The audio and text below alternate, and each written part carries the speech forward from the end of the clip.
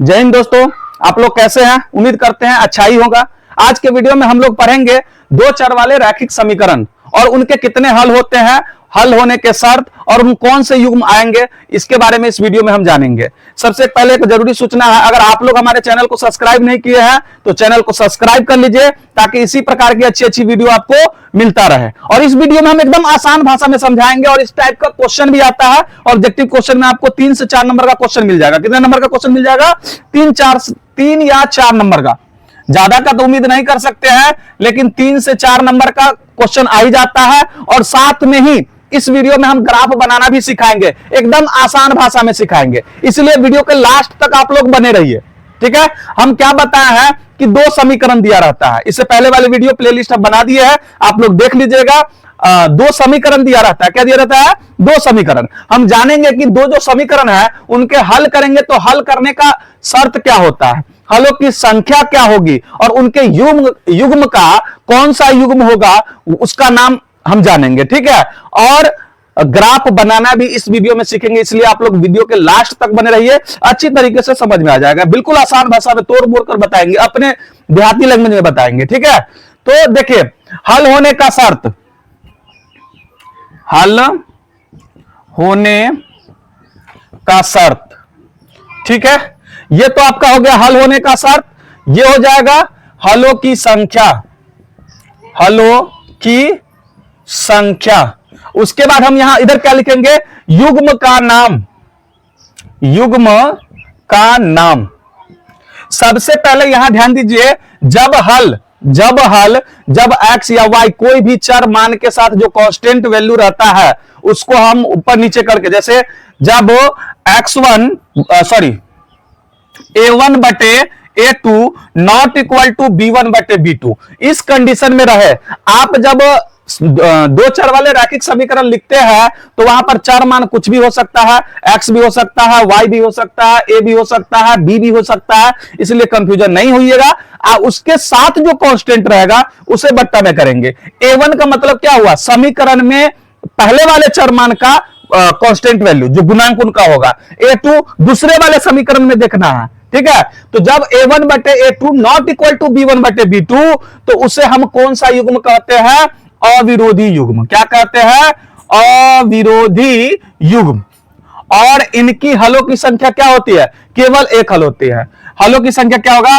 केवल एक हल होंगे, केवल एक हल होंगे, केवल एक हल होंगे। और जब यह अविरोधी युग्म होता है ना, तो यह रेखा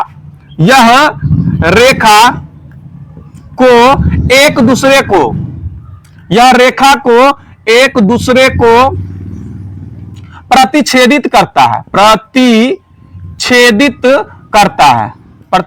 करता है। आपको पता है प्रतिच्छेदित कैसे करेगा?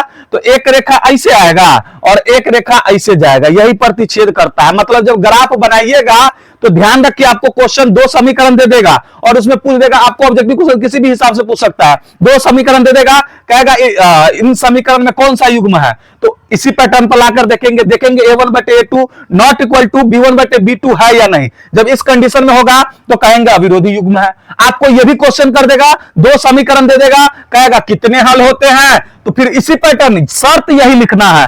और देख लेंगे जब बराबर नहीं हुआ तो कहेंगे एक हल होंगे। और यह एक रेखा एक दूसरे रेखा को क्या करता है? तो प्रतिच्छेदित करता है। जब आपका शर्त a1 बटे a2 not equal to b1 बटे b2 होगा तो वह जो ग्राफ उसका बनेगा वह एक रेखा, एक समीकरण दूसरे समीकरण को क्या करेगा?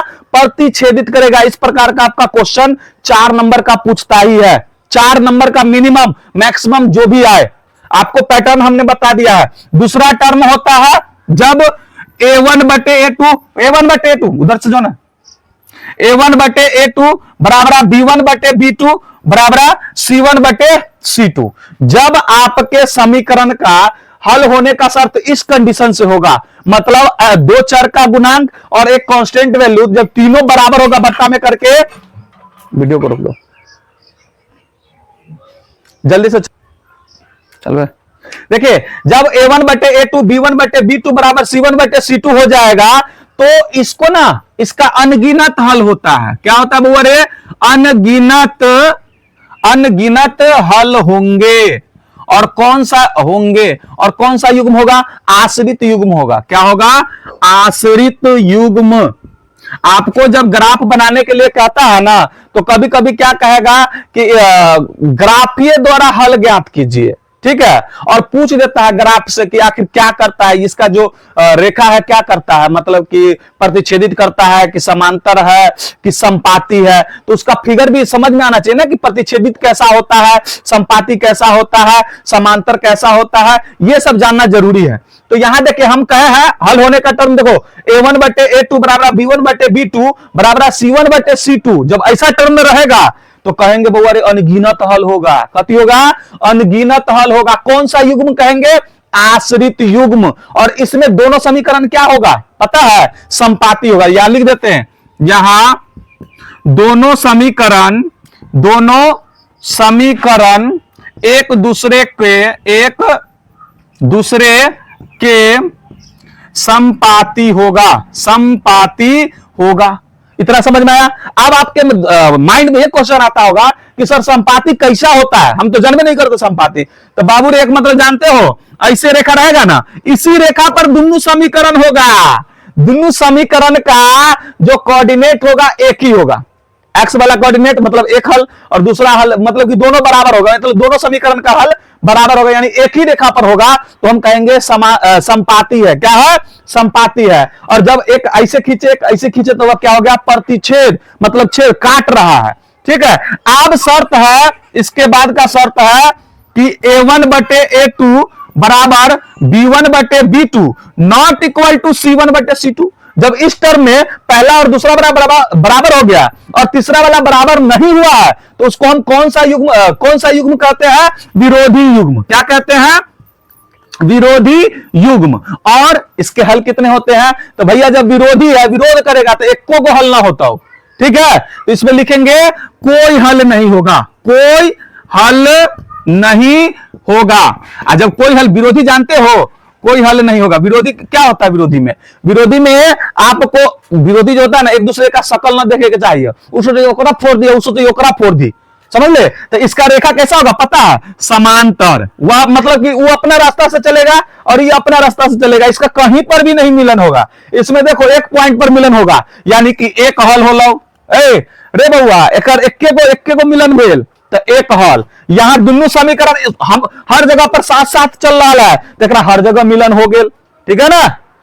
और यहां देखो इसका कहीं मिलने नहीं हो रहा है, तो इसलिए हल कहां से होगा? मिलन होगा तब ना हल होगा।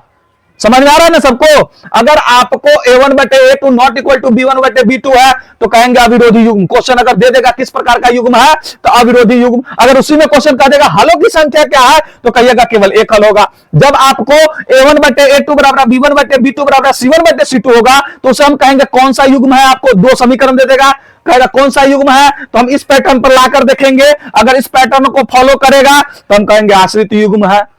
ठीक है। क्या है? आश्रित युग्म है। अगर हल की संख्या पूछेगा तो फिर इसी पैटर्न पर लाएंगे, देखेंगे तीनों बराबर है, कहेंगे अनगिनत हल है। और यह एक दूसरे के संपाती है और यह एक दूसरे के समांतर है। बाबू रे समांतर है। विरोधी में क्या होगा? समांतर है। जब दो गो तुत्तु नेकर बराबर होते, एगो तुत्तु बराबर नहीं होते, a1 बटे a2 बराबर b1 बटे b2 not equal to c1 बटे c2, तब इसको हम कहेंगे विरोधी युग्म है। क्या है? विरोधी युग्म है। और इनके कितने हल होंगे? कोई हल नहीं होंगे। आप लोगों को समझ में आ गया? किसी भी प्रकार से आपको क्वेश्चन घुमा कर दे, आप कंफ्यूज नहीं होइएगा, आराम से 2 मिनट सोच लीजिएगा, उसके बाद सॉल्व कीजिएगा। इस टाइप का जो क्वेश्चन आता है 3 से 4 नंबर का पूछेगा ही, 3 से 4 नंबर का पूछेगा ही। उसके बाद हम चलते हैं ग्राफ की ओर। ग्राफ कैसे हल करेंगे हमने इसको समझा दिया। दो चर वाले रैखिक समीकरण ही है। ग्राफ बाबूरे 5 नंबर का आता है। इस वीडियो को लास्ट तक आप बने रहिए, हम 10 नंबर का क्वेश्चन आपको क्लियर करवा देंगे। कितने नंबर का? ये जरूरी नहीं है कि 3 ही 4, 5 भी आ सकता है और 2 भी आ सकता है। ठीक है। तो इसलिए हम बता दिए कि मिनिमम इतना आता ही है। अब 5 नंबर का ग्राफ बता रहे हैं। ग्राफ बिल्कुल ही आसान भाषा में बताएंगे, कुछ नहीं है, कोई भारी नहीं है। ठीक है। तो इसे आप लोग नोट डाउन कर लीजिए, आगे हम बताते हैं। ग्राफ वाला चैप्टर उल्टो देखिए, ग्राफ बनाना आज सीखेंगे। क्या? ग्राफ हम बोर्ड पर बनाना सिखा देंगे, एकदम आसान है। ठीक है।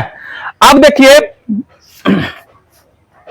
ग्राफ बनाना कैसे होगा। समीकरण 1 बोलो क्या है, x प्लस y बराबर 7, ठीक है। दूसरा समीकरण 2x माइनस 3y बराबर 9 ये ना। देखिए बाबू, आप कंफ्यूज नहीं होइए, ग्राफ बनाना एकदम आसान है। आपको हर कोई बताता होगा भारी है, लेकिन भारी नहीं है। 5 नंबर इजी वे में ले आएंगे हम, बताते उतना काम खाली कीजिए, जितना बोल रहे हैं ना उतना ही प्रैक्टिस कीजिए, इसके अलावा कुछ नहीं कीजिए। 10 वीडियो देखिएगा, 10 वीडियो देखने की जरूरत नहीं है। एक हमारा वीडियो आप सारा कंटिन्यूअसली देखते हैं, आपको हम कहते हैं कि 100 में से आप 95 100 में से 95 से 99 नंबर तक ला सकते हैं। हम वीडियो डालते रहेंगे, लेकिन तब जब आप हमें सपोर्ट कीजिएगा। सपोर्ट करने के लिए आपको क्या करना होगा, चैनल को सब्सक्राइब कीजिए और वीडियो को शेयर कीजिए, लाइक्स कीजिए, कमेंट कीजिए, ताकि वीडियो हर किसी के पास पहुंचे। अगर आप हमारा मनोबल बढ़ाइएगा तभी तो हम आपका मनोबल बढ़ाएंगे ना, ठीक है। तो आपको अगर दोस्तों में भी शेयर कीजिए ताकि ज्यादा से ज्यादा वीडियो शेयर हो, ठीक है। हम ग्राफ बनाना सीखते हैं। ग्राफ बनाना बिल्कुल आसान है, ये दू को चुटता है ना, दोनों को क्या करते हैं, 1 बाय 1 करके उठाएंगे। एकदम घबराइए नहीं, है ना, घबराना बिल्कुल भी नहीं है। पहला समीकरण 2 को देखकर पहले ही घबरा जाते हैं तुम लोग। आराम से बनाइए, कोई हड़बड़ी नहीं है, दिल्ली नहीं जाना है, बिहार में ही एग्जाम देना है, ठीक है। पहला समीकरण को उठा लेते हैं, x प्लस वाई बराबर 7, यहां पर हम लिख दिए इक्वेशन 1। और एक काम इसके साथ और कीजिए, बगल में डिब्बा बना लीजिए। क्या बना लीजिए, डिब्बा। इसमें x लिखिए, इसमें y लिखिए। क्या लिखिए, y। करना कुछ नहीं है। देखिए एक दूसरा को अभी भूल जाइए, अभी हमें पहले पर ही जाना है। अब इसमें देखिए, एक बार x को 0 मानिए, एक बार y को 0 मानिए, ठीक है।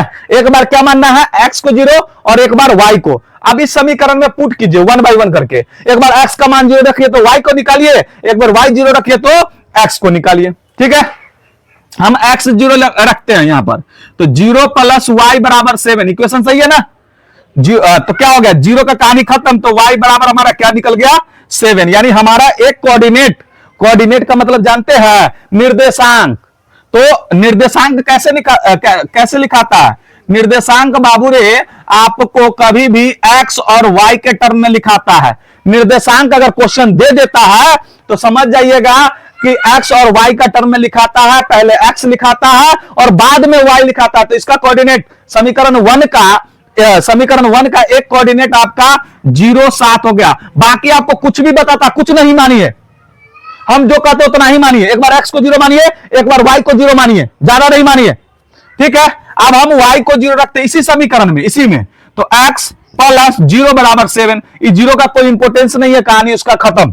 तो क्या हो गया, x बराबर 7। दूसरा कोऑर्डिनेट हमारा निकल गया, यहां पर x का मान क्या निकल गया, 7। तो इसका कोऑर्डिनेट लिखेंगे तो क्या करेंगे, एक तरफ 7 और दूसरे तरफ 0। पहले x लिखाएगा फिर y। हमारा एक समीकरण का कहानी खत्म हो गया, ठीक है। घबराइए नहीं। अब हम क्या करेंगे, दूसरा समीकरण उठाएंगे। आ जाइए इधर। दूसरा समीकरण क्या है, 2x माइनस 3y बराबर 9 और इक्वेशन 2 लिखकर यहां पर डब्बा। सेम प्रोसेस, जो प्रोसेस इसके साथ किए हैं वही प्रोसेस इसके साथ करेंगे। एक क्या करेंगे भाई रे, एक बार x के 0 रख, एक बार x का मान 0 रखे जी, एक बार y के मान 0 रखते हैं, ठीक है। अब पुट कीजिए इसमें, तो 2 इंटू x का मान 0 रखना है, तो 0 माइनस 3y बराबर 9। अगर किसी भी अंक में 0 गुना हो जाता है तो क्या होता है बाबू, वो 0 माइनस 3y बराबर 9। आप लोग देखिए 0 आता है तब चिन्ह को भी खत्म कर देते हैं, चिन्ह खत्म कभी नहीं होता है। ये 0 हम नहीं लिखेंगे, लेकिन माइनस 3y बराबर 9 तो लिखेंगे ही। हमें y का मान निकालना है, इस 3 को उधर भेजेंगे तो y बराबर गुना के टर्म में है, तो इधर भाग के टर्म में होगा, चिन्ह भी आएगा, इसको काट दीजिए 3, यानी y बराबर हमारा निकल गया -3। क्या निकल गया, -3, यानी एक कोऑर्डिनेट हमारा बन गया 0 -3। अब हम क्या करेंगे, y का मान 0 रखेंगे, तो क्या इसी समीकरण में रखेंगे, पहले वाला में नहीं।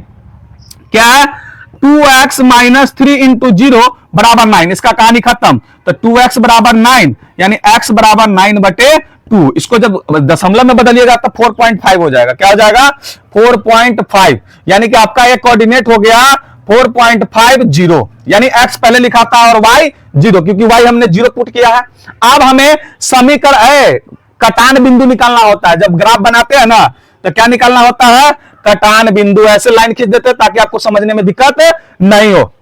कटान बिंदु, कटान बिंदु निकालने के लिए हमको क्या करना होता है, इन दोनों समीकरण को सॉल्व करना होता है। जैसे कि आपको हम बताए हैं जनरली इसमें लुप्तीकरण विधि का उपयोग करके कोई सा विधि आपके ऊपर डिपेंड करता है, आपकी मर्जी है, लुप्तीकरण सॉल्व कर लीजिए। वज्र गुणन थोड़ा लंबा हो जाता है, लुप्तीकरण इजी वे में हो जाएगा। देखिए x प्लस वाई बराबर 7, 2x माइनस 3y बराबर 9, यह इक्वेशन 1 है, यह इक्वेशन 2 है। हम क्या कहें लुप्तीकरण में, किसी एक को बराबर कीजिए, दूसरा का मान निकल जाएगा। हम y को बराबर करते हैं, 3 नीचा में है तो ऊपर वाला में गुना कीजिए, और ऊपर में y का गुना कुछ नहीं है तो 1 है, नीचे वाला में गुना कीजिए।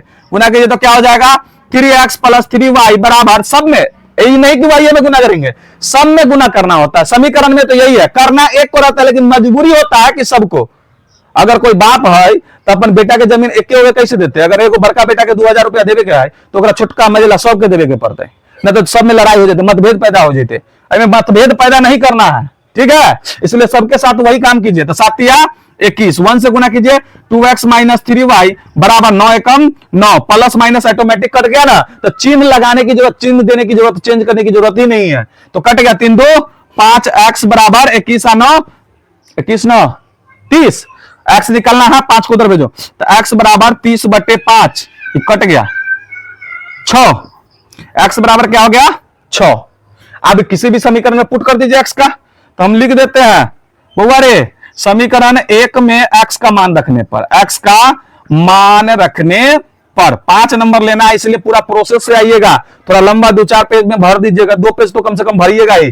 तो क्या है, x का मान पुट कर दे, तो 6 प्लस y बराबर 7, तो y उधर भेजेंगे तो क्या होगा, 7 माइनस 6 यानी y बराबर 1, y बराबर 1। हमारा कटान बिंदु जो है x बराबर 6 और y बराबर 1, ठीक है। अब हमें बारी है ग्राफ बनाने की, किसकी बारी है, ग्राफ बनाने की। आप इस दो बॉक्स को देखिए, 2 बॉक्स को देखिए, इसको आप लोग पहले नोट डाउन कर लीजिए वीडियो को रोककर, ठीक है। आप ग्राफ बनाने के लिए हम इसको सॉल्व जो किया ना, जगह की अभाव है इसलिए इसको हम मिटा रहे हैं, ठीक है। देखिए मिटा दिए, हम बॉक्स इसलिए छोड़ दिए हैं क्योंकि हमें ग्राफ खींचना है तो मान की जरूरत पड़ेगी। आप इसमें देखिए x 7 तक जाता है प्लस में, y 7 तक जाता है प्लस में, x प्लस में ही है, y एगो प्लस माइनस दोनों में है, x लेकिन दोनों प्लस में है, लेकिन मैक्सिमम वैल्यू 7 है, और y का प्लस में मैक्सिमम वैल्यू 7 है, तो एक बढ़ाकर खींच देंगे। ग्राफ खींचने के लिए ग्राफ का कॉपी लीजिएगा, मोटा लाइन पर खींचेगा, पतला लाइन पर नहीं आप लोग मान दीजिएगा, पतला लाइन दशमलव वाला का हो जाता है, ठीक है। तो हम ग्राफ खींचते हैं इसका, ऐसे करेंगे, ऐसे, ठीक है ना। आप यहां पर ध्यान दीजिए, देखिए इस साइड जो है इसको x कहते हैं, इसको x डैश कहते हैं, इसको y कहते हैं, और इसको y डैश कहते हैं। देखिए x प्लस में हमको 7 तक लेना है, तो हम x डैश कन को खींचेंगे तो चल जाएगा। तो 7 है तो एक बढ़ा कर ले लेते हैं, 1 2 3 4 5 6 7 8 खींच लिए। y ऊपर की ओर खींचिए, ये 1 2 3 थोड़ा बड़ा हो गया, 4 5 6 7 8। इधर देख लीजिए, -1 -1 -2 -3, इसको लंबा नहीं खींचते, -1 -2 -3 -4, ठीक है। एक बात ध्यान दीजिए, ये जो कटान बिंदु है ना, ये मूल बिंदु है, या 0 या x भी 0 से स्टार्ट होता है और y भी 0 से स्टार्ट होता है। यह प्रथम पाद हुआ, प्रथम पाद, यह क्या हो गया, द्वितीय पाद। जब हम कोऑर्डिनेट ज्योमेट्री पढ़ाएंगे ना तो इसके बारे में विश्लेषण से चर्चा कर देते हैं। आप जान लीजिए जब ग्राफ बनाते हैं तो कौन सा पाद है। प्रथम पाद में देखिए x का वैल्यू भी प्लस होता है और y भी वैल्यू प्लस होता है। आपको ऐसा इसमें ऑब्जेक्टिव क्वेश्चन एक दे देता है, आपको कोऑर्डिनेट दे देगा, कहेगा किस पाद में है, किस चतुर्थांश में है, तो आप लोग चिन्ह देखिएगा कि दोनों के साथ क्या लगा है। अगर x में भी प्लस और y में भी प्लस तो बउआ रे उत्तर जवाब होते प्रथम पाद यानी प्रथम चतुर्थांश, ठीक है। अब देखो अगर इसमें देखिए x का मान माइनस है तो माइनस पहले लिखेंगे और y का मान प्लस है, यही ना इसका यही ना घर है, यही वाला ना घर है रे। तो इसमें क्या हो जाएगा, माइनस प्लस, इसका चिन्ह क्या हो जाएगा, माइनस प्लस। अब देखिए तृतीय पाद आप लोग लिखिएगा नहीं, हम समझाने के लिए बता रहे हैं। वैसे कोऑर्डिनेट ज्योमेट्री में ये फिर से हम पढ़ा देंगे, आपको वहां पर इजी वे में समझ में आ जाएगा। कोऑर्डिनेट में देखिए x का मान भी माइनस होता है और y का मान भी माइनस होता है, तो इसका चिन्ह माइनस माइनस हो जाएगा। क्या हो जाएगा, माइनस माइनस। ये हो गया चतुर्थ पाद। क्या हो गया, चतुर्थ पाद। इसका चिन्ह क्या हो जाता है, x प्लस में है और y माइनस में है, यानी कि चिन्ह आपको पता चल गया। प्लस प्लस रहेगा तो प्रथम पाद, माइनस प्लस रहेगा तो द्वितीय पाद, माइनस माइनस रहेगा तो तृतीय पाद, प्लस माइनस रहेगा तो चतुर्थ पाद। एकदम आसान से समझ में आ रहा है। आप देखिए कि आप क्वेश्चन आपको दे देगा, जैसे कह देगा कोऑर्डिनेट दे देगा 4 6, किस पाद में, आप लोग बताइए। x का मान में भी प्लस है, कोई चिन्ह नहीं है तो प्लस है, y के मान में भी प्लस है, तो इसका जवाब हो जाएगा प्रथम पाद। इसका जवाब हो जाएगा प्रथम पाद। इस प्रकार से आपका ऑब्जेक्टिव क्वेश्चन देगा, ठीक है। इसी में आपको कर देगा -5 -6 किस पाद में है, -5 -6 किस पाद में है, तो भैया अहो में माइनस है, अहो में माइनस है, तो माइनस माइनस तृतीय पाद में है, तो ये चिन्ह याद कर लीजिए, ठीक है। अभी रुक जाए, वीडियो बन रहा है, तो इसको माइनस माइनस हो गया, ठीक है। तो ये किस पाद में हो जाएगा, तृतीय पाद में हो जाएगा। चलिए ये तो हम समझा दिए। एक नंबर का क्वेश्चन आता है कोऑर्डिनेट ज्योमेट्री का, तो उसमें तो हम बताएंगे ही। अभी आप ग्राफ लिखना सीख लीजिए। और एक चीज जान लीजिए, जब x का मान 0 होता है ना, तो वह y अक्ष पे, यह अक्ष है y अक्ष, अक्ष को हम इंग्लिश में कहते हैं एक्सिस, यह x अक्ष है, यह y डैश, यह भी y अक्ष हो गया डैश में, यह x अक्ष। कहानी इसमें समझ रहे हैं कुछ? इसमें क्या कहानी है कि भैया अगर कोई बिंदु x पर है, x पर है तो उसका कोऑर्डिनेट लिखने के लिए कहेगा तो x पर है तो y 0 लिखाएगा। अगर y पर है तो x का मान, इस रेखा पर अगर कोई बिंदु है वहां पे x क्या होगा, 0 होगा। y पर है तो x 0 और x पर है तो y 0। दूसरा वाला जो कर प्रतिद्वंदी है वो 0 रहेगा। अगर उस रेखा पर ओकरा घर में है ना, ओकर बस न चलते न तो कपारे फोड़ देते। अब लड़ाई होते थे फील्ड में, इहो घर से निकलते, इहो घर से निकलते। देखा समीकरण में देखो x 0 तो y 7 कहता है, यहां पर देख लीजिए है ना, तो इसको 0 7 कोऑर्डिनेट लिख दिए। अब कहता है x 7 तो y 0, x 7 यही ना होगा, x 7 तो 0। ये सभी दोनों को मिला देते हैं हम, क्या करते हैं, मिला देते हैं, मिलन करवाते हैं। मिला दिए, ये खिंचा गया। इसको थोड़ा सा बढ़ा के ना अच्छा लगने के लिए समीकरण को लिख दीजिए इस पर, x प्लस y बराबर 7 हो गया। अब दूसरा समीकरण यही ना हल है, कहता y -3, तो यहां होगा माइनस, माइनस कभी भी नीचे होता है, विपरीत कंडीशन में होता है। यहां देखिए -3, इसको कोऑर्डिनेट क्या होगा, 0 -3। अब कहता है x प्लस 4.5, तो ये देखिए ये वाला जो पॉइंट जो हम खींचते हैं ना, तो मोटा लाइन पर खींचेगा, बीच में पतला लाइन आता है। 1 2 3 4 5 6 7 8 9, ठीक है। हमारे पास बोर्ड है, ग्राफ नहीं है, एक्यूरेट आपको ग्राफ की कॉपी मिल जाएगा। यही बिंदु होगा, इस बिंदु को हम क्या कहेंगे, 4.50 और इसको मिला देंगे, ठीक है। एक चीज को ध्यान दे रहे हो, हमने बोर्ड पर भी बनाया तो लगभग x 6 पर आया है और y 1 पर आया है। हम ग्राफ भी बनाए हैं, देखिए हम बोर्ड पर बनाया तो एक्यूरेट आ गया है। अब देखिए दोनों का जहां लड़ाई हो रहा है ना, ये अपने घर से निकला है 1 कदम दूरी, और ये चुट्टा यहां से निकल के 6 पर आया है ना, तो ये इसका कटान बिंदु हो गया। और इस वाले पर हम लिख देंगे यह कौन सा समीकरण का है, तो 2x - 3y बराबर 9, ठीक है। इस प्रकार से जो भी ग्राफ का क्वेश्चन रहेगा आप सॉल्व कर लीजिएगा। अगर किसी भी तरह का डाउट आता है तो आप लोग वीडियो के लास्ट में कमेंट कर दीजिए, ताकि हम फिर से इस पर सवाल अगर पूछना हो, सेम प्रोसेस है जैसे जैसे बताया है, स्टेप बाय स्टेप को फॉलो कीजिए। गारंटी लेते हैं आपको ग्राफ बनाना आ जाएगा, प्रैक्टिस कीजिएगा तब। और वीडियो देख लिए सर जी नहीं अलग तो ना पढ़वे तो कहां से होता, पढ़ प्रैक्टिस कर, एक एक करके जैसे जैसे बता लिया वैसे वैसे सॉल्व करबे तो आराम से आ जाता। और 5 नंबर तोरा मिल जाता, 5 नंबर कोई ना चिंता। पहाड़ ना तोड़े के है, पहाड़ तोड़े के रहते तब समझते हो कि 2 घंटा में तोड़ते, तो हम 5 मिनट में तोड़ दे, है ना। तो आप लोग इसको प्रैक्टिस कर लीजिएगा। जो भी इक्वेशन आपके किताब में दिया हुआ है सॉल्व करके देखिए, बनाकर देखिए, बनेगा। नहीं बनता है तो आप कमेंट कीजिए, फिर से हम समझाएंगे, ठीक है। आप लोग चैनल को सब्सक्राइब तो कर ही लीजिए और दोस्तों में भी शेयर कर दीजिए ताकि उनको भी ग्राफ बनाने इजी वे में आ जाए, ठीक है। तब तक के लिए बाय, धन्यवाद।